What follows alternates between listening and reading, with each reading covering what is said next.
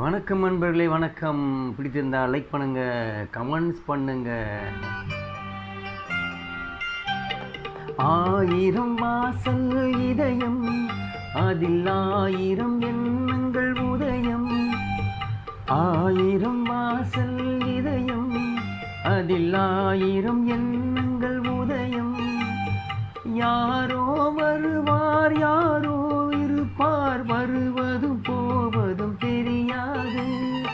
ஒருவர் மட்டும் குடியிருந்தால் துன்பம் ஏதுமில்லை. ஒன்றிருக்க ஒன்று வந்தால் அமைதி என்றும் இல்லை. நினைப்பதெல்லாம் நடந்துவிட்டால் தெய்வம் ஏதுமில்லை. நடந்ததையே நினைத்திருந்தால் அமைதி